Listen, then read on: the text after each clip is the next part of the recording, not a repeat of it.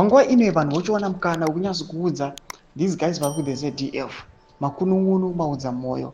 Panguva ino vanyatso kuudzwa kunzi you guys you are defending zvigananda instead yekuti mutore action, instead yekuti mucomply with your own constitution inokuudzai kuti aiwa imimi ndimunouya muchiresolve maissues kana kudefenda the constitution. Sanapera mashoko onekwa kunzi right now vana Brigadier General Fidelis Monda vooneswa chimoto nekuda kwekusapota zvigananda. Ndokuti kusubscribe like on the bell kuti ndo paenda majara jasamposa this picture amurikuona iri kulanyira chiti JOC Harare Cheme Brigadier General Fidelis Monda with Idi Mnangagwa frontman Dilesh Nguwaya at the Geo Pomona Waste Management, a company owned by the Mnangagwa family. Monda is responsible for protecting ED's frontman.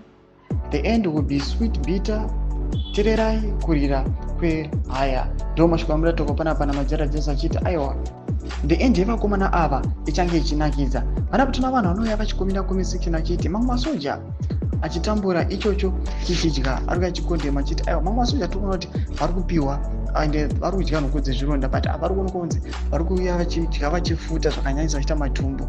Vanomudanira chiti chigananda chemusoja vanopinda vachiti anenge ane dzungu Monda uyu.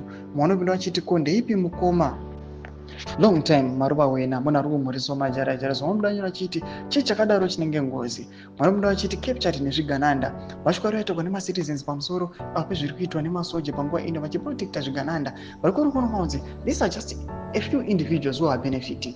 Vanhu katasa this is an army official who is benefiting but the rest mamwe masoja they are not being satisfied. Vanhu vachitobatwa nemutemo kuti vasaviolate the constitution yavo. Imbotodzai mafunguro enyu muri kudi pamusoro pechitiko ichi. Just kuonekwa kunzi aiwa these guys vari kusapota zvigananda vanofanira kuchinja their minds.